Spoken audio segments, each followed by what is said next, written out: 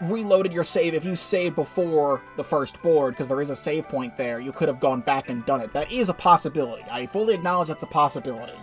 But the guy tells you to not worry about your rank. So I'm thinking whatever is behind that door is probably not that important. It's probably some sort of secret room or some sort of joke room. Like, I recently played Everhood. And Everhood is a very interesting game. It's not my favorite game in the world, but Everhood and Everhood 2 have a lot of different things that feel like they're important, and then you go to the area where you think it's an important thing, and then it's just a joke. And I think there's a couple areas like that in Deltarune 2, where you think something is important, and then it's just a joke. Especially in these two chapters, 3 and 4. So, I didn't do that, and I just wanted to progress with the chapter normally. So I spent, like, 20 minutes or something getting back to getting an S-rank on the first board. And I finally get to play the sword game here. And I think this whole thing, is interesting, getting stronger, and all this stuff. And then finding the key here.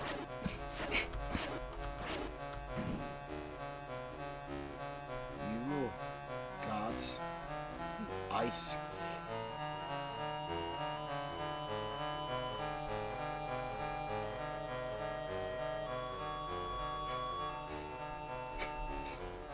Mm-hmm. It's a very spooky jingle that plays during this.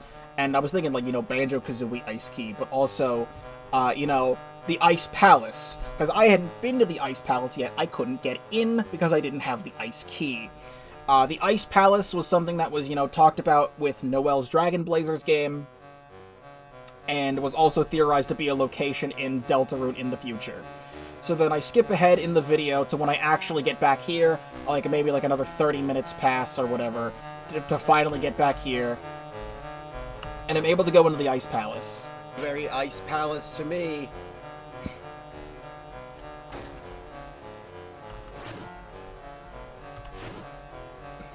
I also really like the music in the Ice Palace. It's very chilling.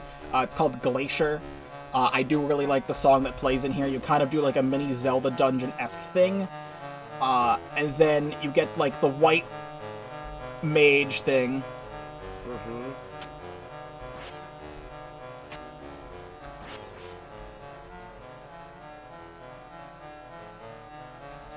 This, I cannot tell at all if this is Weird Route stuff.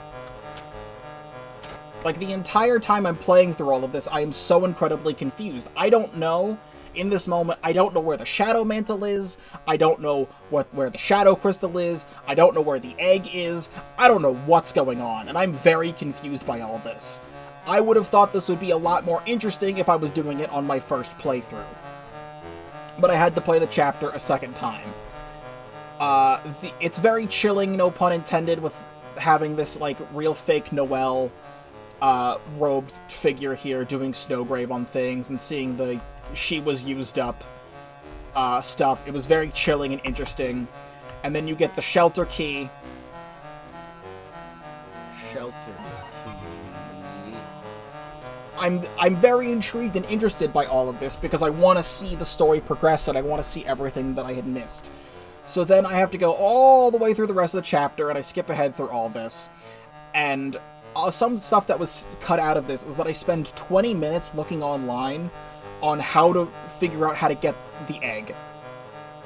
Because I cannot figure out for the life of me where the egg is, and I don't want to make sure I don't miss it because I want to make sure this is a fully complete save file for the future. So you do all the complicated steps. I had to look up all the complicated steps for the egg. And the one complaint I'll have about this is that I never on purpose stepped inside these spotlights because I didn't want to get caught. I never in my life would have done this because I always would have, went past the spotlight. But you do the complicated stuff for the egg, and you have to actually go back and, get a block and throw it into this room from a different side, and then you see the Bibliox here, which is a Chapter 4 enemy, and we get the stuff with the egg, and do the weird cryptic stuff where you press left on the X with the the Robics or whatever the hell they're called, and then you go to Man Country. And I'm still so incredibly confused about all of this, and we talked to the man behind the tree. And originally I was going to complain about the man and like how cryptic all this stuff is. I actually, just before, a couple hours before I started recording this video, I listened to this video.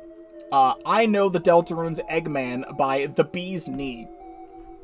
This is a fantastic video about the history of Easter eggs and what the man's Easter egg stuff means for the game, and allegories and things. I don't want to spoil anything that's in this video. I highly recommend you watch this yourself. I did leave a comment on this video, and I said, fantastic video, got me thinking about the game in a way I never would have thought to think about it. Deltarune is a very thought-provoking game, and there is always so much to analyze. Who knows if this interpretation is correct? I've been watching theory videos for years and years now, and the things I thought were super convincing turned out to be even further from the truth that I imagined. For the information we have right now, I think this is a great video talking about what the eggs symbolize. So, I really enjoyed this. This is a great watch, talking about Chapter 3 and 4's Egg Room, and what the man behind the tree is, who he is, what it means for the game. So really the main complaint that I have is that, like, the start of it, I never would have gone to without looking it up. The eggs are always meant to be cryptic secrets. Like, I never would have found out about the egg in Chapter 1 without the internet, and where you walk in between the rooms. I was genuinely, if you go back and watch my Chapter 2 playthrough, there's literally in the alleyway, it has a picture of a tree, and it says room in between. There's a room between. And I don't pick up on that hint, and I don't get the egg in my playthrough.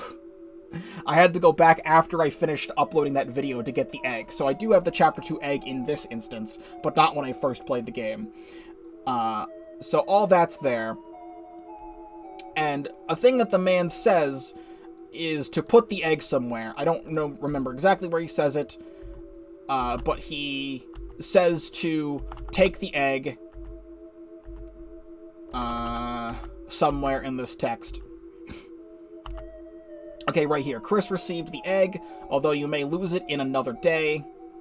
So be sure to put it somewhere. There's no shame in an egg.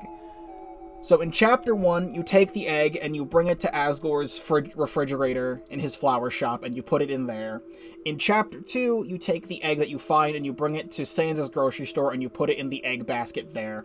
Fun fact for you, I'm going to pull up Chapter 2 egg basket. Or Deltarune Chapter 2. Right here. I'm going to pull up this image for you. Open image in new tab. It's just opening it up on Reddit. Oh well. This thing here. Has anyone ever noticed? Have any of you ever noticed that the sign above the eggs, where you put the egg in, is pink and yellow? And it says new. Like Neo. And it's pink and yellow. Just something I found out about earlier. Also, I have all my other stuff up to talk about that if I want to. So, I don't know where to put the egg in this instance, because we have a place to put the egg in the other two chapters. I had originally thought maybe in this little fridge, in this moment before fighting Tenna, if you go through Chris's house, maybe I could put it within the refrigerator here. After I finish this stream, I comb through the entirety of TV World like 5 times over for an entire hour, trying to figure out where to put the egg. My best guess was to go back to Cool Trashy, and maybe I could give the egg to Cool Trashy to hold on to, so that way when the fountain is sealed, I could pick up the egg out of the trash can, which we know this was Cool Trashy here. You know, you take it up out of the trash can and then bring it somewhere else in the light world to hold on to it. But that's not what happens. There is literally no place in the entire chapter to put the egg, even though the Eggman tells you to put it somewhere. If he didn't tell me to put it somewhere, I still probably would have looked, but he literally tells you to put it somewhere. And I hate that. I hate that he tells you to put it somewhere, and then there's nowhere to put it. If I go to Chapter 4 here, in my Chapter 4 playthrough, and I skip ahead a little bit, so when I get to the school, the egg is just on the desk. It's just, for some reason, on the desk with your other eggs. I didn't put it there. It's possible between chapters, because Chris does stuff between chapters after going through or doing whatever at the shelter door. They could have just gone to the school and put the egg here. You don't have it in your inventory at the start of Chapter 4. All you have is the ball of junk and the shadow crystal, if you have the shadow crystal. So, like, it's... I guess Chris, before going to seal the house fountain, went over to the school and put the egg on Birdley's desk for some goddamn reason. I don't fucking know. I think it's really, really annoying that that's the case. I don't like that. I then finally get to go play the final game, where you do get to see the city board here. And I do accidentally here stab Rousey and Susie in the game. I do like that Chris retaliates there and looks away and doesn't like what they're doing. You go through the final thing here. It's all creepy, and I'm having vibes and doing stuff. I do think it's interesting that Tenna says that he made a deal with Chris, and talks about Spampton here. We know through other stuff that Chris is working with the Roaring Knight in some sort of fashion.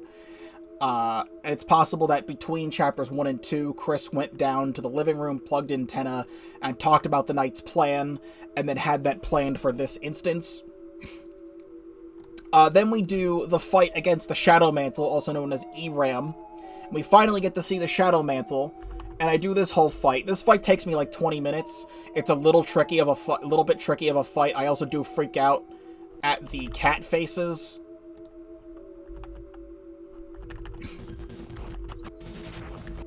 Friends! Ah! Friends! Like, the creepy smile that we see from Tenna isn't even the same creepy smile of Image Friend. We still don't know why that shows up. But I do enjoy... I actually genuinely enjoy this fight. It's a little bit tricky. I've played, you know, a couple top-down Zelda games before. You know, I've played 1,000 hours of The Binding of Isaac. There's literally a sword item that works just like Link's sword, called Spirit Sword, in Isaac. So, I've played my fair share of these fights. I'm genuinely admitting here that I do play a little bit reckless and die a couple times that I shouldn't have. Even though this fight takes me about 20 minutes... I don't mind it. I actually think this fight is quite fun. I do think this instance of the mini Chris popping out of the game and scaring Chris here, and then you walk into the game and you finally pick up the Shadow Mantle is very nice. I do like this moment between Chris and Susie.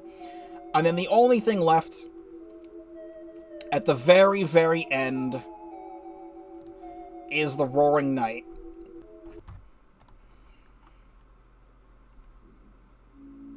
Very interesting. Your loss here is all but guaranteed. And yet, you persist.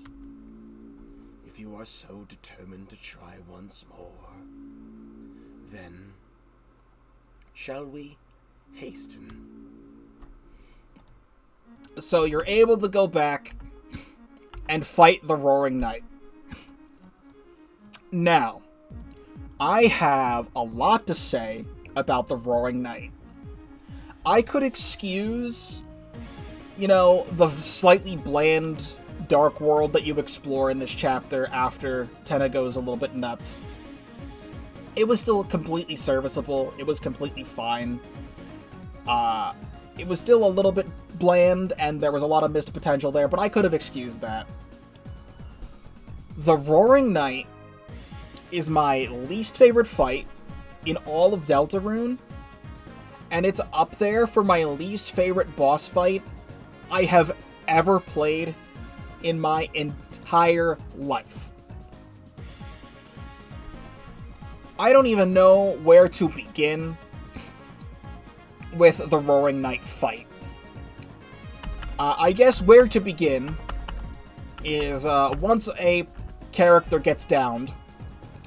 When a character gets downed in this fight, they go to negative 999 health. The only way to fix this is to have a revivement. In this playthrough, I actually used a couple of my revivements on Spampton Neo. I had also, I picked up every revivement along the way. I think I have like 3 or something in my inventory, 2 or 3 in my inventory in this instance. I had a couple in storage. This entire fight is a revivement check to make sure that you weren't using them against any other boss in the game, which is stupid. Also, all of the attacks in this fight are really, really stupid. I can kind of go this attack by attack. I think the stars here, it's like PK Starstorm from Earthbound and the Mother series. This is a fine attack. This is completely serviceable. Slightly easy to dodge. But these goddamn swords, they show up multiple times throughout this fight, and everything related to these swords is awful. But with the Shadow Mantle, you're finally able to, fight the Roaring Knight and do all this stuff. The entire rest of this video is me fighting the Roaring Knight. So, some of this is uncut for a little bit. I'm going through the fight over and over again. I do think this attack is actually fun and interesting, cutting the battle box and dodging the things here. In the beginning I'm very bad at it, but I do get pretty good at dodging that attack. So I try, and it also goes the other way. Then we have the sword tunnels. What do I say about this at the start? Sans? Sads. I also try to scream, but my voice is getting so shot from talking that I can't do it. I actually did a pretty good job at the first sword tunnel there. Dodging this attack is also fairly simple. It's just go in between the lines here. And then, again, it's going between the PK Starstorm attack and then, the cutting the battle box attack. And about the sword tunnels, I don't like the hitbox on this thing. it does not feel correct. Whatever the hitbox on these sword tunnels are, it just does not feel right at all. It feels like I should be dodging a lot more of these attacks than I am, but it goes by so incredibly fast that it doesn't... I just don't like it. For almost this entire fight, I focus on the soul. The better way to do this attack is focus on the swords coming from the right and watch them, and you can sight out where the swords are going and then move the soul accordingly. I was constantly looking at the soul through most of it. But again, a lot of this is just, similar attack patterns. Then we get to the second sword tunnel that is even more fucked up. And we're all about to die to this attack, and it's going to be really funny.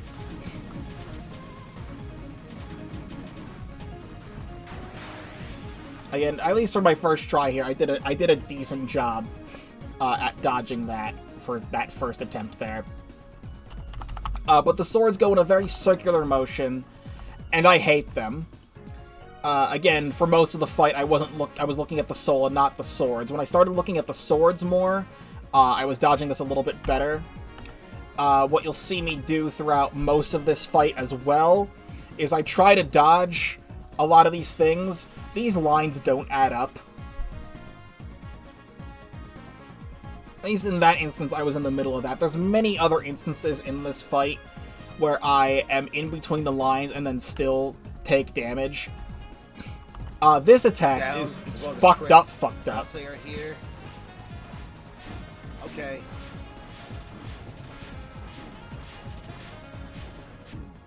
Well, as long as they're here, I won't fucking be able to do anything, So those swords are even more fucked up. I get through little by little, replaying the fight, and getting through here. I die to that sword tunnel again. Then I get here. Healing. Right here. Sands! Sands! I think my freak out there is very funny. I'm trying to scream, but again, I'm sick and I'm losing my voice, so I literally cannot scream. And then, you know, some of these things start attacking from the sides, and the box starts getting cut diagonal. Don't kill me. No, dude. I don't know how much was left. That felt like a final attack, and then it kept going, man. So, all of that, you know, this is mostly uncut. It took about like a half an hour to get to that point. That was like the second to last attack. What I also do through most of my attempts of this fight are I'm defending a lot, because I don't know if I'm supposed to attack. I literally do not know. It does not tell me to attack. Going into Chapter 4, when you're doing the final boss of Chapter 4, and you're fighting the Titan, Ralsei literally says to attack the Titan. There's not a single moment in this entire fight where it says to attack. So I'm trying to defend because I want to make sure I have enough HP to survive all of these attacks. Because all these attacks are very tricky. And I speed this up, and at this point, at this moment, I had to restart the entire chapter. So, you know, I played an hour of finishing the chapter. Then I spent about another 4 hours replaying the entire rest of the chapter again to get back to here, and then I spend another hour on the Roaring Night. And you can hear me speak here. Continue doing that right now. When I am speaking. Right now. If I... Back in the video, it's just gonna be me doing this fight still. But I've been live for 6 hours again after doing a 5-hour stream with a 4-hour break in between. And because I'm sick and I've been talking this entire time, it's kind of fucking me up. So, like, at this point, I could barely talk, because I did 11 hours of streaming this day. And I'm just getting annoyed, super, super annoyed at this fight. So I come back to this, I think 2 days later. Like, a day passes, then I come back the next day. I'm feeling a little bit better with my voice. I do get to see the, this Easter egg here of, the 1225 gumball machine thing, and you see the thing here. So literally, for 4 more hours, I start another stream, and I am live for another 4 hours doing this fight. Dying over and over again. Mostly the... What is it? The sword tunnels have janky-ass hitboxes. The swords that spin have janky-ass hitboxes. The late-stage stuff with dodging the battle box getting slashed, I get tripped up on that. I am literally playing this fight for 4 more hours. And a grand total time I spend on this fight is 5.5 hours. Like, I cannot stress enough how much I do not enjoy this fight. If I could get to an instance... You'll see it here. I can't fucking take it. I can't take it, man. I can't fucking take it. I have an old keyboard. I was smashing that one. It's not my current keyboard. That was my old keyboard that was already broken. But I'm... At this point, with all this sped up, I think I was already at, like, the 2.5 hour mark of playing this fight again. And then we got this part right here.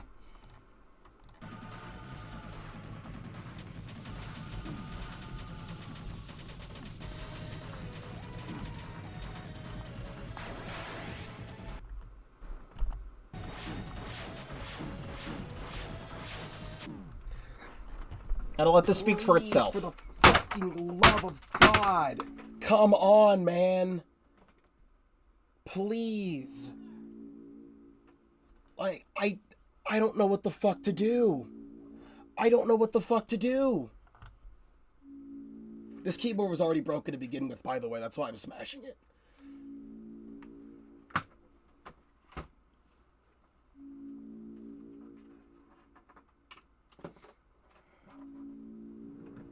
Get it.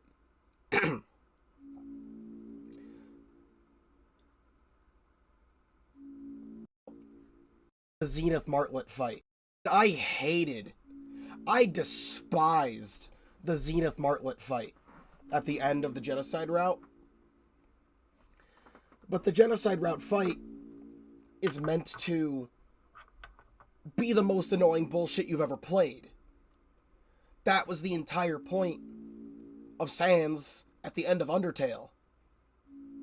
At the very end of the Genocide route in Undertale, he is meant to stop you. He is meant to pull out all the fucking stops. He is meant to be as bullshit as possible. That is his entire point. He makes fun of you for continuing because he knows he's bullshit. He knows he's bullshitting you the entire time. This is the final boss of Chapter 3 of 7 in this game. What are the rest of the fights in this game supposed to be like if this fight is this bullshit? I have never played a worse fight in my entire life, and I thought Zenith Martlet was bad. Toby Fox was not cooking when he made this fight. And a month later, I still agree with that sentiment. I talk about Undertale Yellow there. It's like a spoilers for Undertale Yellow. If you hadn't played that yet. But I'll talk about that now. I have played my fair share of fan games on this channel. Let me go to my Undertale playlist, Undertale Deltarune playlist on this channel. Right here, you can see, I've got all the Deltarune stuff here. I've played, Upper Hand. This is a fantastic fan-made boss fight. I absolutely adore this. I have played Everhood is also another like bullet hell-esque dodging the bullets game. This is also has pretty difficult fights in it. I've played Outer Tail. It's not that hard. It's literally just kind of like a retelling of Undertale. It's not that difficult necessarily, but I've played Undertale Yellow. I've played Team Switched Underswap. I've played Delta Traveler. I've played all like the main things. Ribbit is also an amazing time. I absolutely love Ribbit. And I have played some other things. Scampton the Great was a great fight. And stuff like that. And there's some other things I've played on my own as well that I don't have on this channel. But Undertale Yellow has an amazing story and amazing boss fights in it. At the end of the Pacifist route, I'll say spoilers for Undertale Yellow again. At the end of the Pacifist route, Soroba is the final boss fight in Undertale Yellow. And I was really, really into that boss fight. I'll even open this up right now so you can see it. This ending here. The final phase of the final boss fight. All of this is completely uncut. From right here. Actually, no, it might. I think it might still be cut, actually. It has to be still cut, because there's no way it wasn't. It was not this amount of time. I think I did cut it. So, like, this final phase of the final boss of Undertale Yellow Pacifist has a lot of really tricky bullet patterns of things coming at you, and you have to be shooting and dodging and doing all this other crazy stuff. And like I said before, it's literally a me-specific problem. Could be a problem for you, but trying to, mash the key to shoot and dodge all the bullets and press the stuff to dodge, it's all very stressful for me. and I was literally on this final phase of this final fight for an hour. Like, I first tried all of the other phases of this fight, and then I was on the rest of this fight for an hour. So yeah, this was definitely cut down. I'm pretty sure. But I can definitely remember I was on this final phase for an hour. When it comes to the final boss of the neutral route, I think I maybe died maybe like 2 or 3 times here. It wasn't that bad. The final boss of the Ruthless route in Team Switch Underswap, that's currently available at the moment. I think I also spent maybe like 2 hours on this fight. I do not like the Zenith Martlet fight here in Undertale Yellow. Yeah, I even have here that I had text at the end. I was literally on it. Oh, so here's this.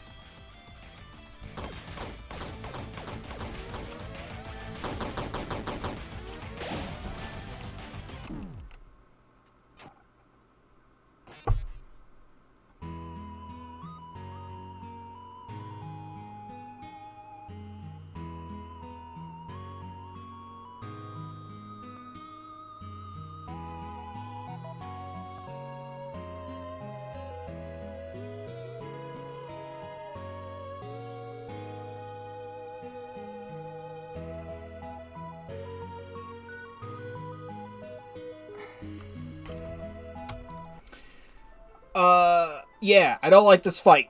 It's a very big boss fight that has 2 phases. I can find the text that I had on the screen. I literally had it on the screen. It's right here.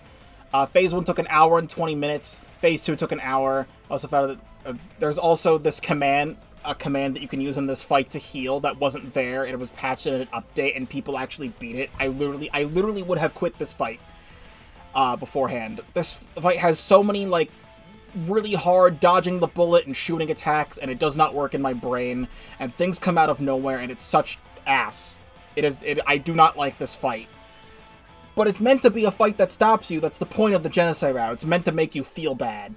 But I also don't like that. I'd like to still be playing the video game normally. So, yeah, this fight took 2 hours and 20 minutes to do this fight. And again, the Roaring Knight in Deltarune Chapter 3 took me 5.5 hours. So about, double the amount of time I spent on Zenith Martlet. There's so much stuff related to this fight that it's just hard to put exactly in the words, other than what I've already said. Is that so?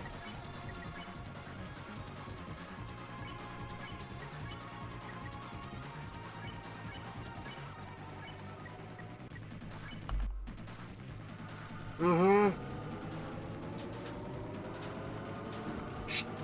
The fucking Azrael attack, huh? Cool Azrael attack. Cool Azrael attack. That kills you!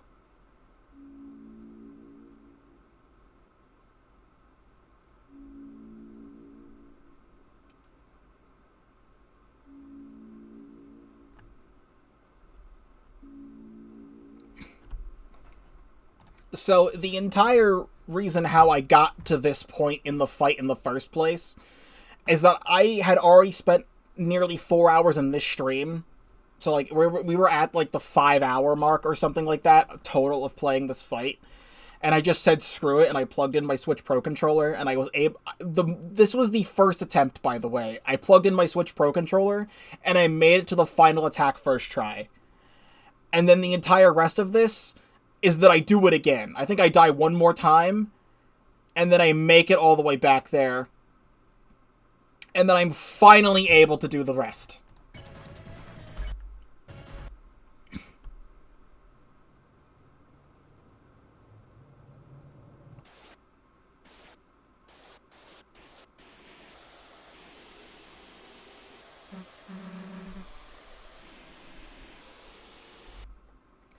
I hated everything about that.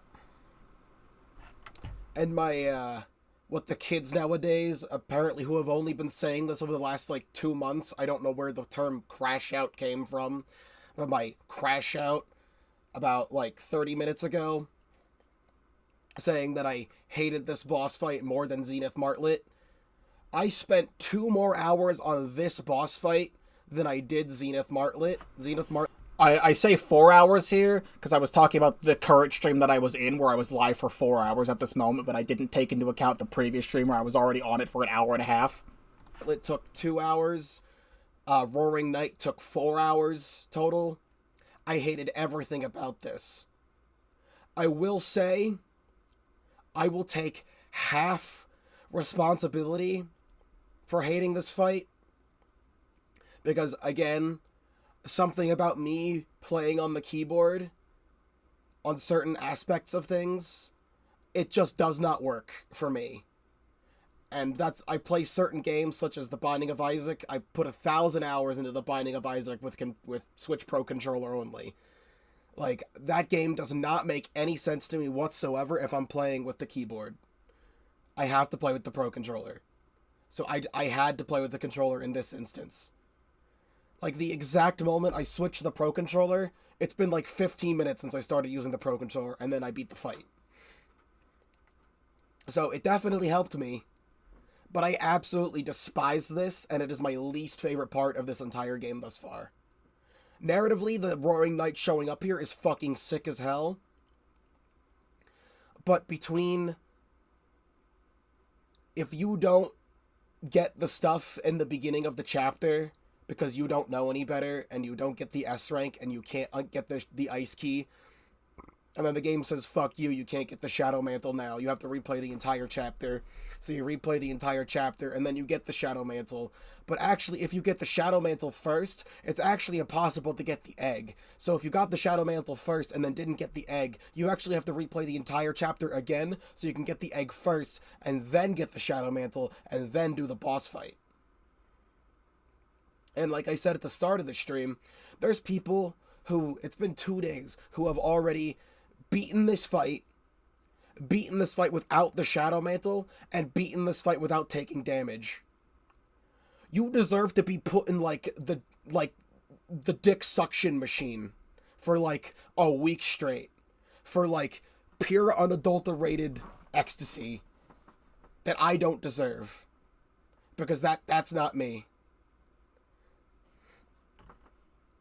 Absolutely awful, disgusting, awful boss fight. And I still agree about that.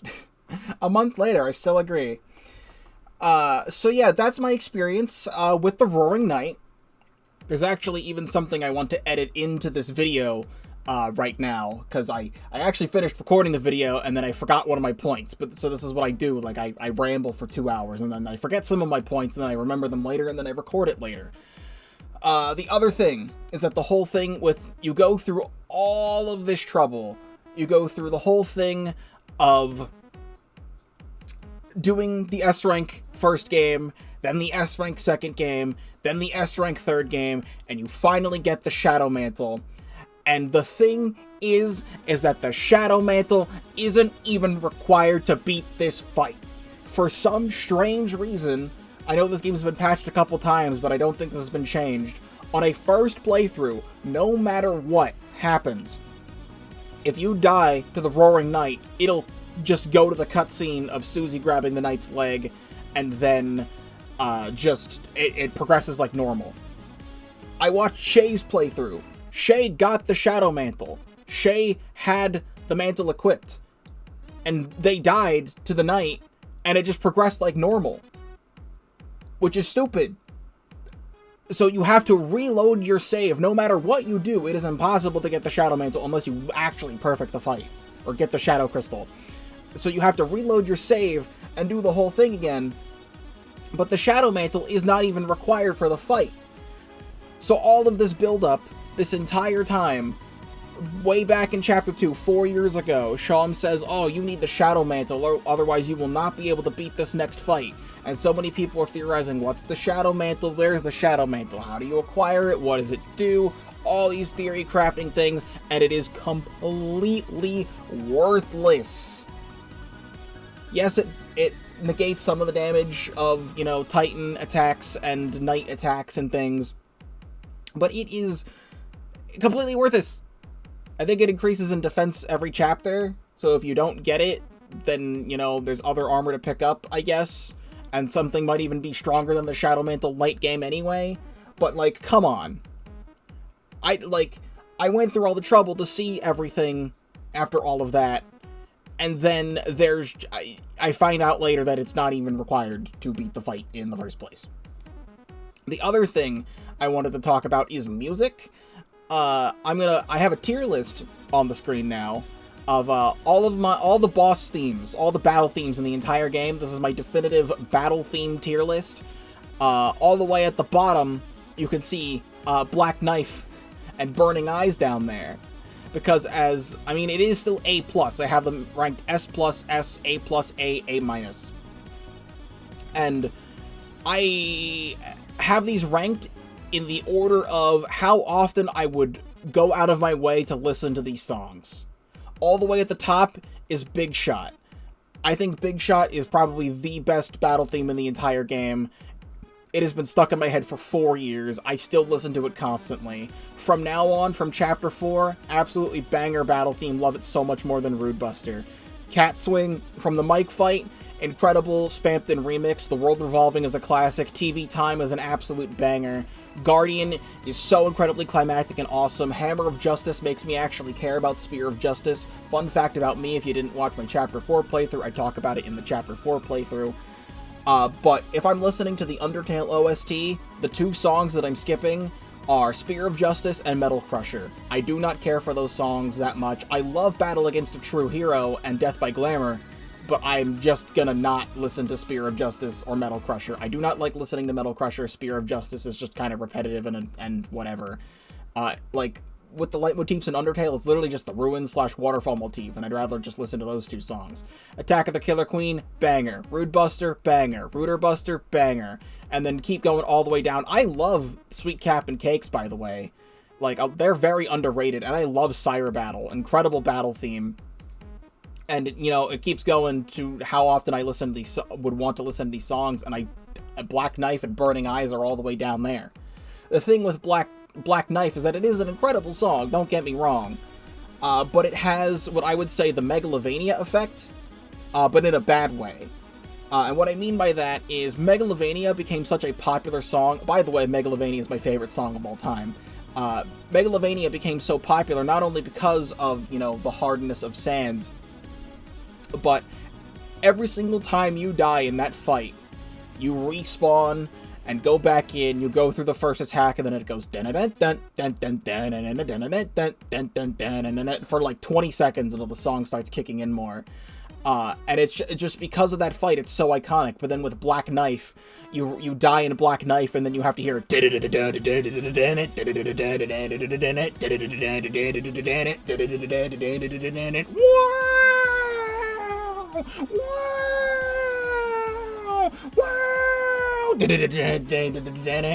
and I don't want to listen to this song anymore after playing this fight for 5.5 hours.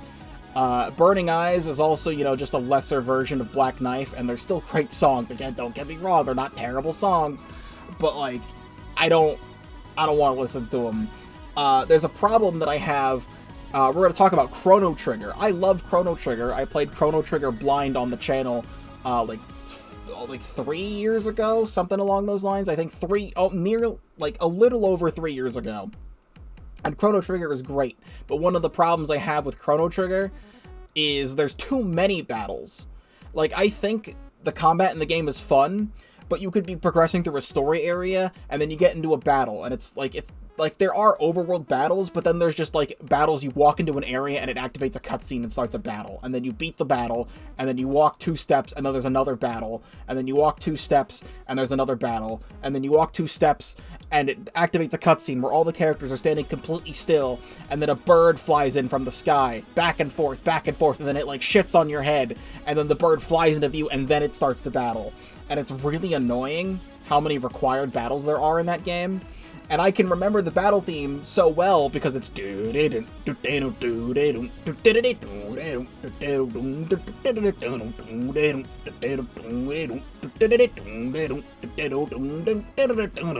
I can remember that because I've heard it so many goddamn times, and it just repeats over and over, and it has such like an annoyingly repetitive intro to me. Like, I love the song, I love the battle theme from Chrono Trigger, but when I'm playing the game and I'm getting into battle after battle and I want to progress with the story, I'm like, come on. You know? That's what I think of when I think of Black Knife.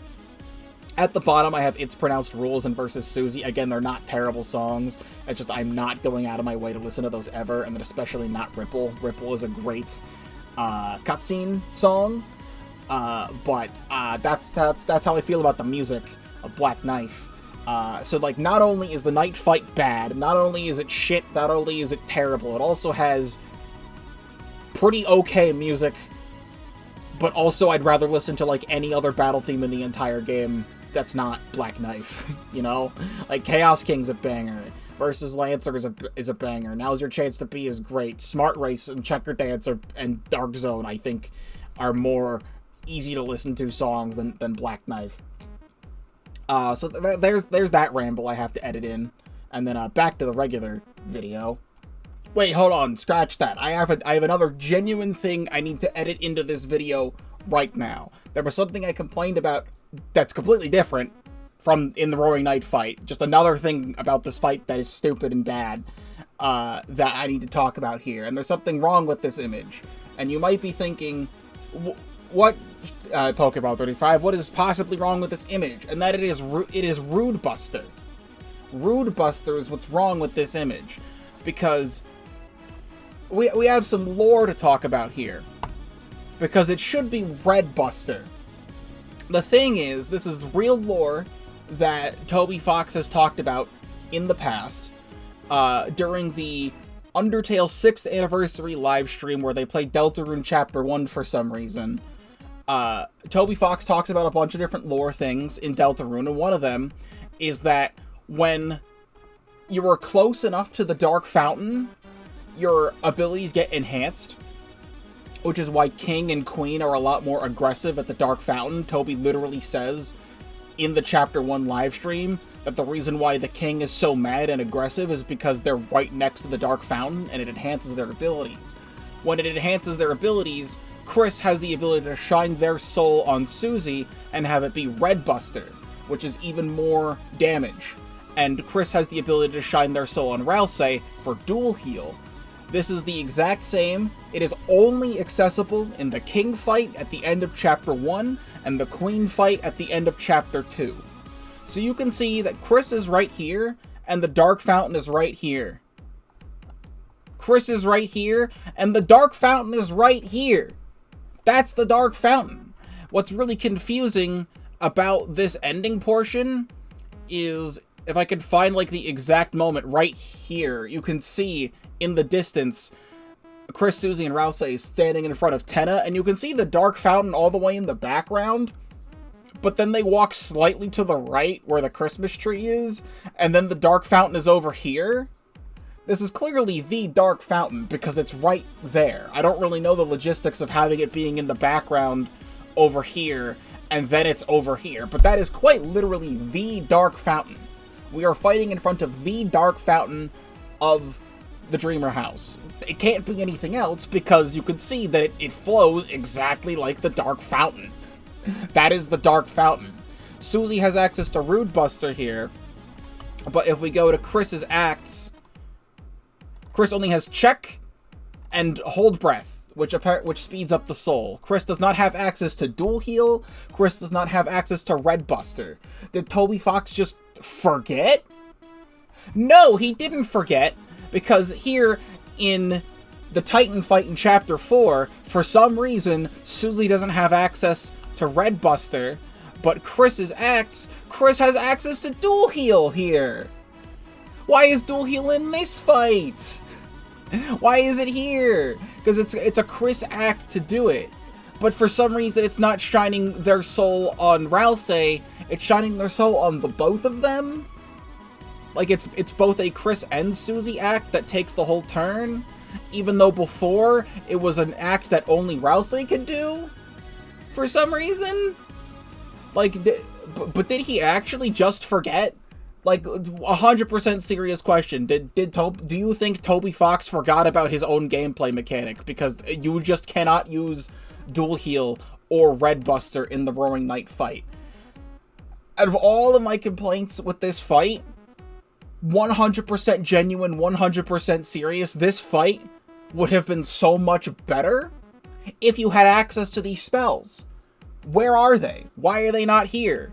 Why do I have to waste a turn like this? Like, I would be able to use, on Chris's turn, I'd be able to use Red Buster on the Roaring Knight, and then Rouse would be able to use, like, Heal Prayer on someone to heal. Or I could use Chris's act to use dual heal on the whole party, and then Susie could use Rude Buster to attack instead. That's the strategy related to it, but it's just not here.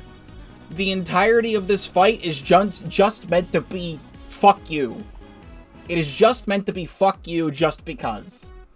Out of everything else I've complained about, because, like, he just does not give you access to things that you've had before. The Dark Fountain's right here. It is literally right here. And the Titan is quite literally a fountain that has come to life and is a giant Titan. This is a literal living Dark Fountain. So you're clearly standing right next to it. So I have access to dual heal, but not Red Buster. Susie has not had access to Red Buster in 2 chapters. Where did it go? Did she eat it? Where did it go? I want someone to go into the comments and tell me exactly where it went, because I think Susie eated it, because it's just not here anymore. The last thing I'm editing in here is I also forgot to talk about how Chapter 3 just does not have a weird route. We were foreshadowed on things on Deltarune.com/Chapter 5. It shows a big 2 and a small 4 and a medium-sized 5, but if you hover over the thing, it says a very minuscule 1 because the weird route in Chapter 1 is not existent. If you fight all the Darkners in Chapter 1, they still get recruited by the start of Chapter 2. Chapter 2 is, you know, big and strange. It has a whole alternate path with Noelle, and she can cast Snowgrave and almost murder Birdly and all that stuff. But when you hover over the 3 is as big as the 2.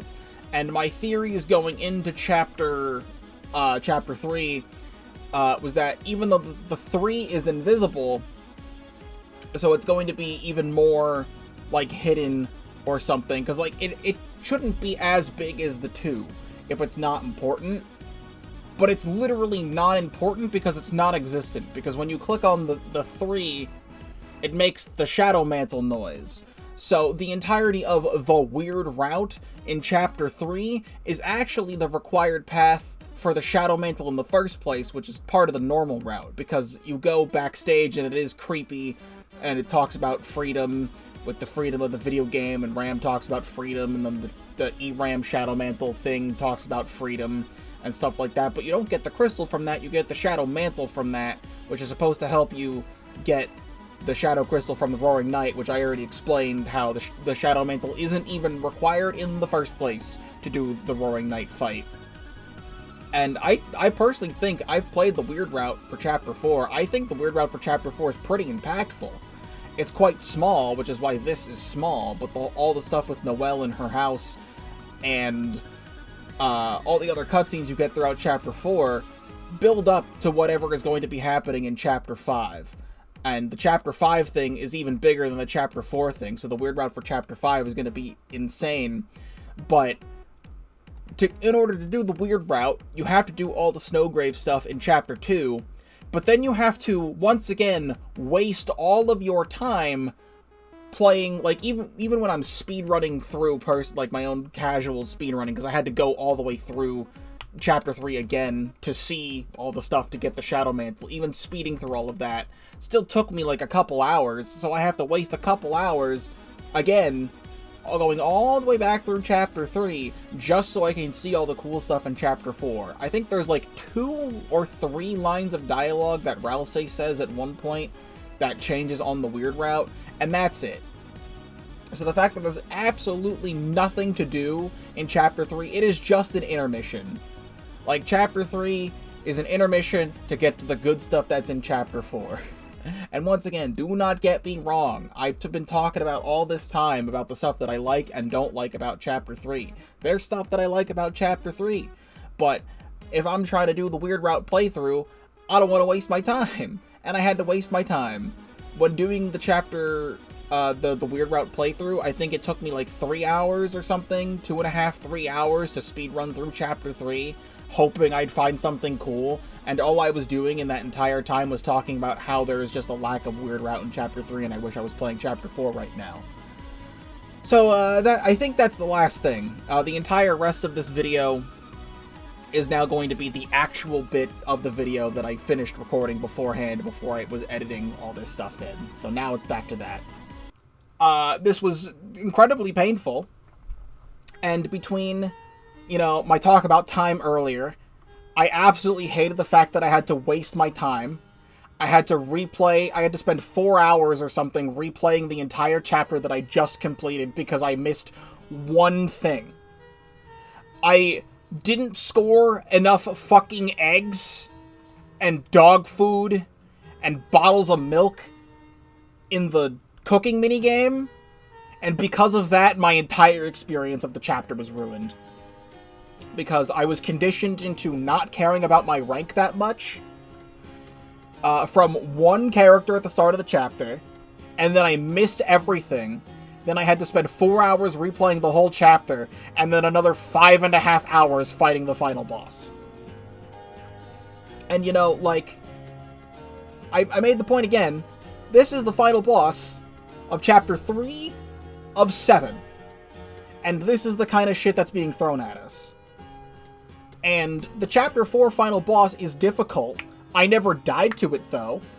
It has a very climactic theme to it, and the knight is, or the titan is very imposing, and the attacks are slightly fair. They're still difficult to dodge, but slightly fair. There was absolutely nothing fair about the sword attacks on the knight. All the other attacks, I can admit, like, even, like, the battle box slashing where you have to dodge, like, the falling rocks or whatever that's coming out of the battle box, that attack is difficult, but it's doable. The sword attacks in this fight just do not work. You can find it somewhere in here where I freak the fuck out about getting hit by, like, I'm in between all of the lines in, like, the safe zones, but I still get hit anyway, and I take, like, 80 damage on Susie or something. And it's just so incredibly annoying. And I don't like it. And then the rest of the chapter plays out normal, and I get the Shadow Crystal, and then I talk about my feelings at the end.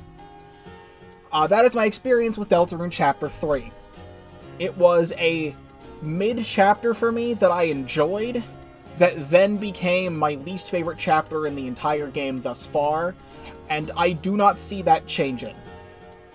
We have things to look forward to with Chapter 5 related to Asgore, and Asgore is one of my favorite characters. Just in general, with both Undertale and Deltarune, and I want him to get more of a spotlight. But even then, he's part of the prophecy, as we see in Chapter 4. But does that actually mean anything? Toriel wasn't really part of the prophecy. As we see, it might be somewhere in there. But we all speculated for years, and I mean, me and many other people in the community speculated for 4 years straight. Chris opens a dark world in the Dreamer household. Toriel is in there. She's totally going to be part of the dark world. She's going to have a significant role. She's going to be here in the whole TV-themed world, and she does not do a single goddamn thing. And I don't want to speculate and have theories and listen to theories for a whole other year until we get Chapter 5, and then nothing happens to Asgore either. I don't want that to happen. I don't want to be disappointed again. I have a strong feeling Asgore is going to be somewhat important in Chapter 5, because he's got flowers and it's something in the prophecy, and the different prophecy things that we see in Chapter 4, we see one of Tenna, one of Queen, and one of Asgore, And in the files, those are called, like, Image Prophecy Boss or something, implying that Asgore's going to be a boss of some kind in Chapter 5. And that sounds amazing. I am so excited for that. I do not want it to be a Toriel situation. Between Toriel having no significance to the plot whatsoever, she's just here. Tenna, you know, wants to keep Toriel safe, because Tenna has a big fondness for Toriel, because Toriel was, like, one of the last people that Tenna, or, like, that ever paid attention to Tenna, and stuff like that. I totally, completely understand that, but she could have done something, you know, she could have been there, the whole Dark World could have been more interesting. Half of the Dark World is focused on video games and not even being in the Dark World itself. It's just so incredibly underwhelming for me, and I'm so sad that this part of one of my favorite games of all time is like this. How this fight could have been improved. I saw this the other day. Someone here had modded the game. This is by On the Plow, or On the Plow, on YouTube. Roaring Knight, but you're blue. Someone modded the game to have the blue soul mode from Undertale. It's not in Deltarune yet. Some of these attacks are slightly modified to accommodate for this. But wouldn't this been so fucking sick? Wouldn't this have this been amazing? I don't have this on hand. I need to look this up again on my channel. I need to go to my Chapter 2 playthrough on my channel. It should be in part 1 of my playthrough from many years back. It is right after, it's like when you get Noelle in the cyber world and you get to see the sweet cap and cakes in an area right here. This was something people theorized about. This right here, people were theorizing about these are the colors of the souls that will show up in future secret bosses. Because we start off with red, Jevil was red, Spamton Neo is yellow, the next secret boss would be green, and then something blue, something purple, something red again. Light blue was never used in Undertale. It was always dark blue. But this was a weird theory that ended up actually being true so far. Because Jevil, Spamton, and then Gerson in Chapter 4 uses, if I could skip ahead, literally uses the green soul. That was actually genuinely something that happened next, was the green soul for Gerson in Chapter 4. Okay, yeah, here. But yeah, that literally ended up being true. Red, yellow, green. But, like, the Roaring Knight is here, and it does nothing with the soul modes. It is just a completely bullshit fight throughout the whole thing. Now, let me also say something else about the Roaring Knight fight as well. There is a command that you can use in Chris's acts. I don't show it here. But it's called Hold Breath. Hold Breath speeds up the soul to be faster to move through the attacks. I used it in the beginning of the fight. Before. Somewhere in here, I had ended up using Hold Breath. But then I died. And then I used it a couple more times, I think, and then I just kept dying in the beginning, so I was just never using it, and then 5 hours passed and I'm still not using it.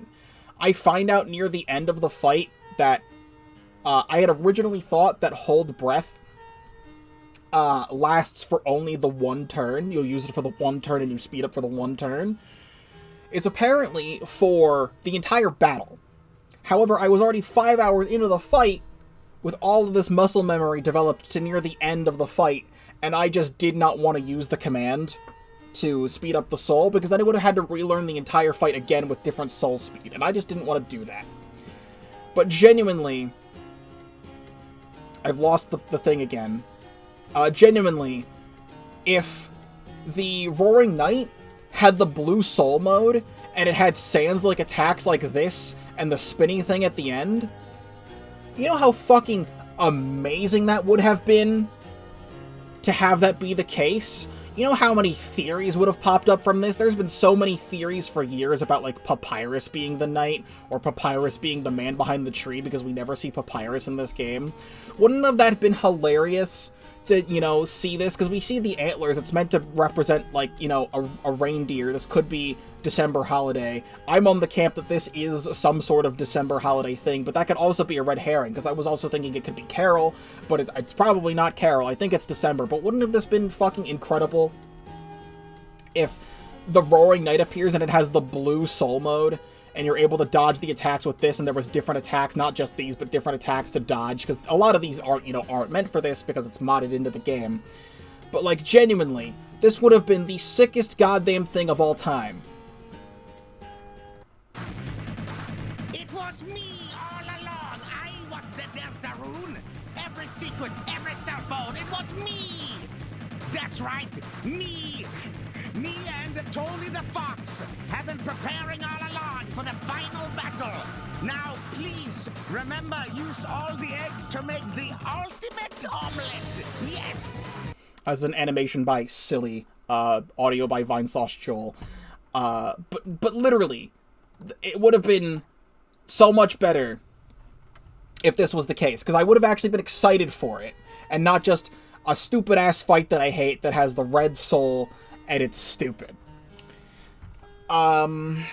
What else is there to complain about? Does it... Genuinely, the entire... Like, I hate this fight so much. The thing is about this, I do this in my Weird Route file. In my Weird Route playthrough... I don't have that pulled up right now, I think. In my Weird Route playthrough, I tried to do this fight again for about 20 minutes, and I could not get even halfway through the fight again, and I said fuck it and did not get the Shadow Crystal here. But if you don't know this about Deltarune, if you fight a secret boss, say, Chapter 1, you fight Jevil, you beat Jevil, you get the Shadow Crystal, but you start a new playthrough where you do not fight Jevil. In Castletown, to the left of Castletown, where you first drop down into Castletown, there's like that hole in the wall when you slide down. Any secret bosses that you've already fought in one playthrough carry over to the next playthrough. Like, if you fight Jevil and you beat him in one playthrough, and then go to another playthrough where you don't beat him, the Shadow Crystal and the Jevil's Tail will just be in a hole in the wall. And that literally happens. I do my Weird Route playthrough, I don't beat the Knight, and I just go pick up the Shadow Crystal and the Black Shard weapon from the hole in the wall. So I never have to fight the Roaring Knight ever again. Except I do, because if I go over... Or do I have my camera set up here? Okay, good, no. I have my Nintendo Switch 2 right here. And I also have Deltarune right here on my Nintendo Switch 2. And I haven't done my playthrough on my Switch 2 yet. Because... a couple years back, or many years ago, I showed my mom Undertale. And then a couple years back, I think it was maybe like a year and a half, 2 years after Chapter 2 came out, I showed my mom Deltarune, and I showed her Chapter 1 and 2, and I had a nice thing sharing one of my favorite games with my mom, and I plan on doing the exact same thing with Chapters 3 and 4. Except now I have to replay through my least favorite chapter in the game, and fight the Roaring Knight again to get the Shadow Crystal in that save file. And I am so incredibly not looking forward to that. I know there's many people who have beaten this fight by now. A lot of people like to call the Roaring Knight the Roaring Fraud because of how easy they think the fight is. I don't think it's easy. I think this is genuinely one of the hardest boss fights I have ever played in my entire life. One of the most annoying boss fights I've ever played in my entire life. Again, like I said before, I am a massive fan of Enter the Gungeon. And the final boss of that game is super extreme bullet hell, dodging things, trying to click on stuff, shoot bullets and stuff like that. And I find that final boss incredibly difficult. And I probably died to it maybe like 2 times or something, because you have to go through like a whole massive roguelike run to get back there. But I beat it. I've never played a video game in my entire life that has had a boss fight as hard as this. And that is just a me thing. There's probably plenty of other people out there that have played even harder games, and they were able to master this just fine. One of my close friends beat this in 8 attempts, I think. 7 or 8 attempts. Good for her. You know, that's fantastic. I spent 5.5 hours on this.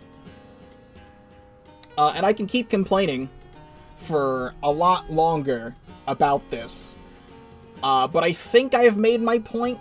I've been recording for 2 hours and 10 minutes now, talking about all my thoughts on Chapter 3.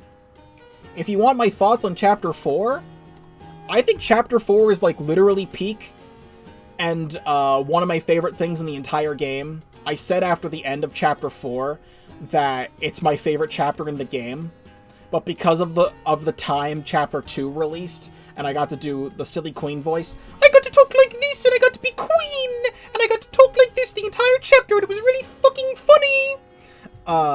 I loved that. I loved doing queen, and it was so much fun. And I had such a great time seeing Noelle and Birdley in the Dark World, and doing everything related to Spampton, and stuff like that. Chapter 2 might still edge it out of being my favorite chapter, but right now Chapter 4 is my favorite.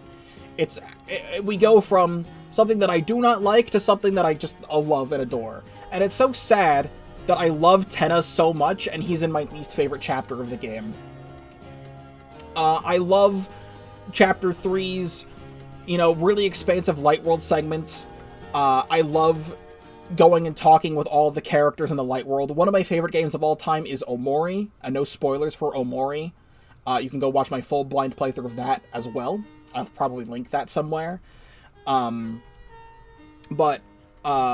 there's segments in Omori where you go around and talk to people.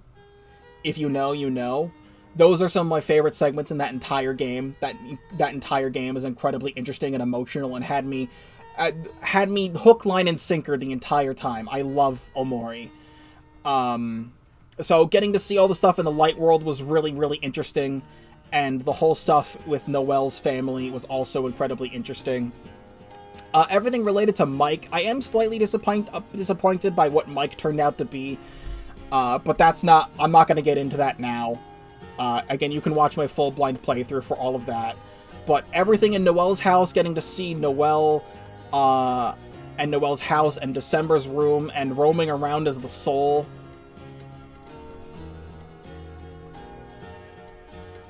Man, this relationship between myself and Chris ain't a good one, ain't it? And this whole thing, all of this is just so interesting. It had me on the hook. All the dialogue, all the stuff. Then getting to the church Dark World and hearing one of the greatest songs I've ever heard in my entire life. Here.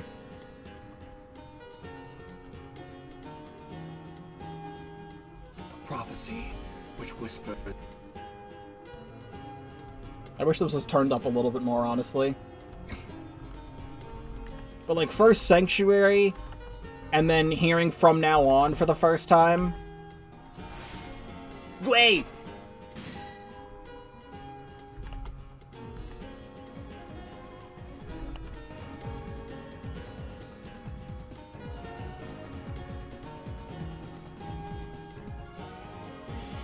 I don't know if I play enough without talking, if it'll, like, claim me or whatnot.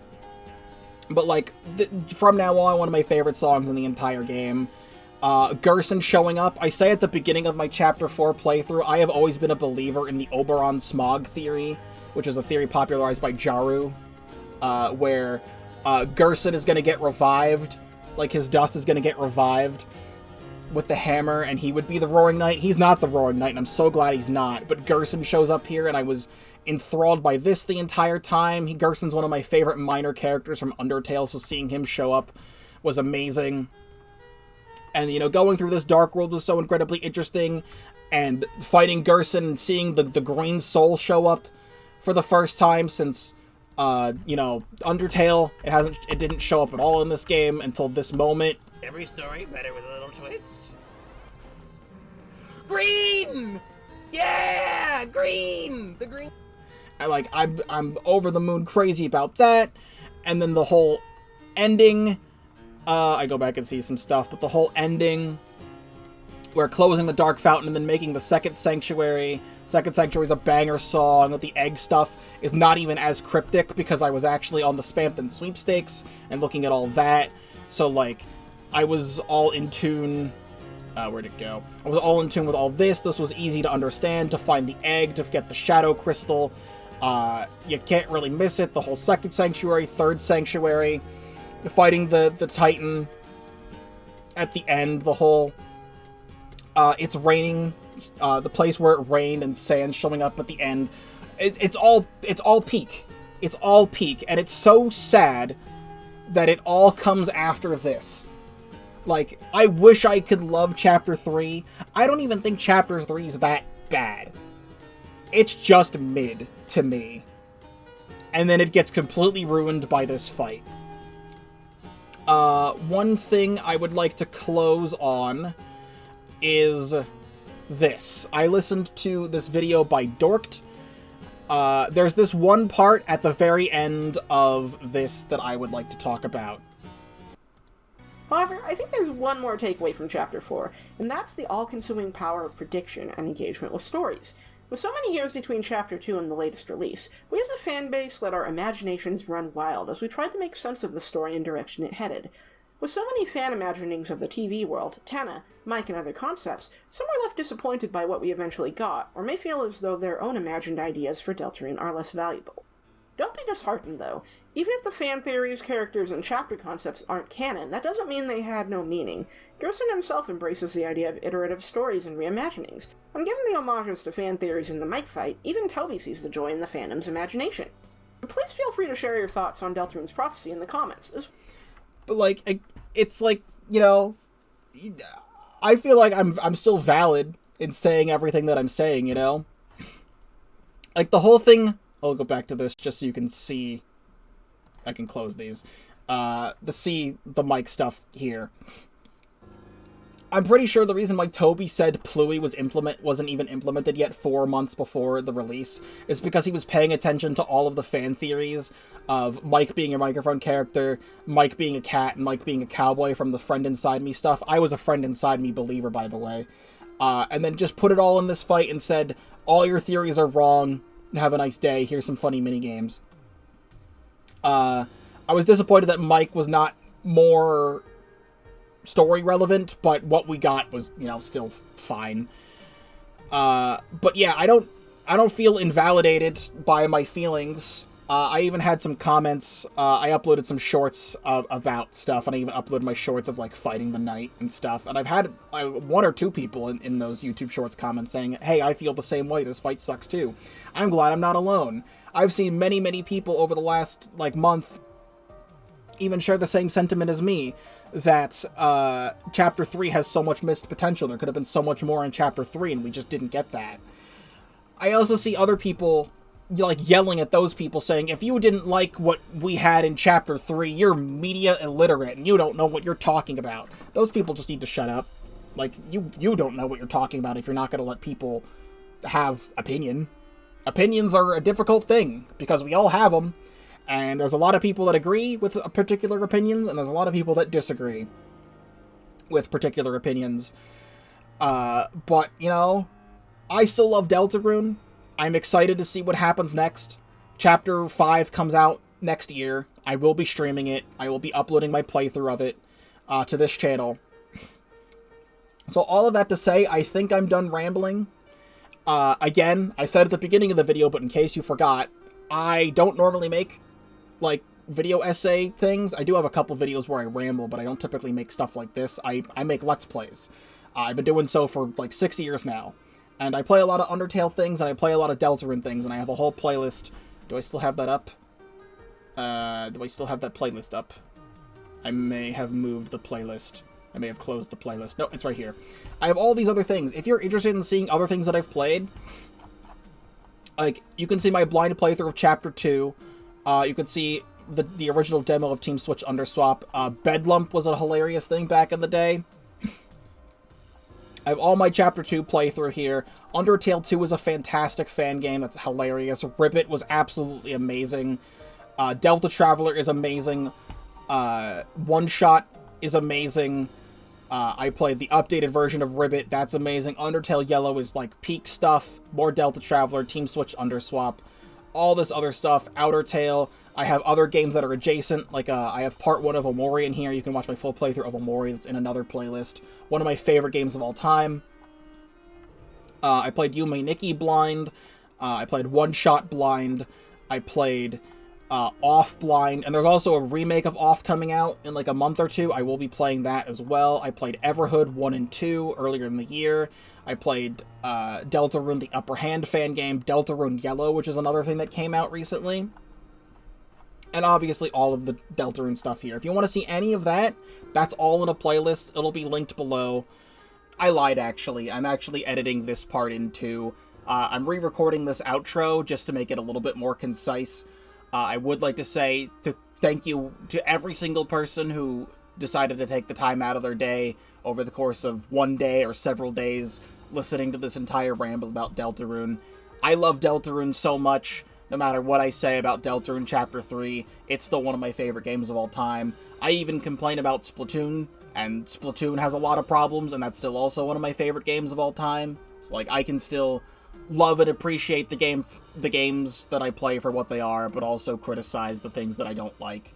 I know, listening to other people's opinions online, a lot of people love to just type out their rage, like, oh my god, I can't believe you disagree with what I have to say, you're a garbage human being, but it's fine. If you want to go into the comments and say how bad of a person I am for saying that the Roaring Knight fight is bad and I don't like it, and I should feel bad and it's just a massive skill issue, I mean, it probably is. It probably is. You can say how much you like the thing, you can say how much you don't like the thing. I'm really curious to hear from other people if you do want to leave a comment down below about how you feel about the new chapters of Deltarune. My channel is small enough that I still read every single comment, so if you want to say something, I'll read it and respond if I have to. There's that. I do have a playlist on my channel. It's called my Greatest Hits and Favorites playlist. It is sorted by all of my favorite videos that I've ever made, as well as episode 1 of every single Let's Play I've ever done. You can comb through this. If you're interested in seeing more from me, please feel free to subscribe to this channel. You can always unsubscribe later if you want to. But these are all my favorite videos and all my most popular videos, so you can comb through this and see if there's anything else you want to see from me. I'm always live on Twitch almost every single day at twitch.tv/Pokeball35, link in the description down below. You can also follow me on social media. I don't really use Twitter anymore. I use Blue Sky. It's in the description down below. I know this channel trailer I made years ago still says Twitter, but I use Blue Sky now, and we'll see if anything else changes in the future. But again, I think that's all I have to say. I really appreciate anyone taking the time to listen to all of this, and I love Deltarune. And if you're listening to this, you probably love Deltarune too. Thank you very much for watching this big undertaking, and I will see you in whatever comes next.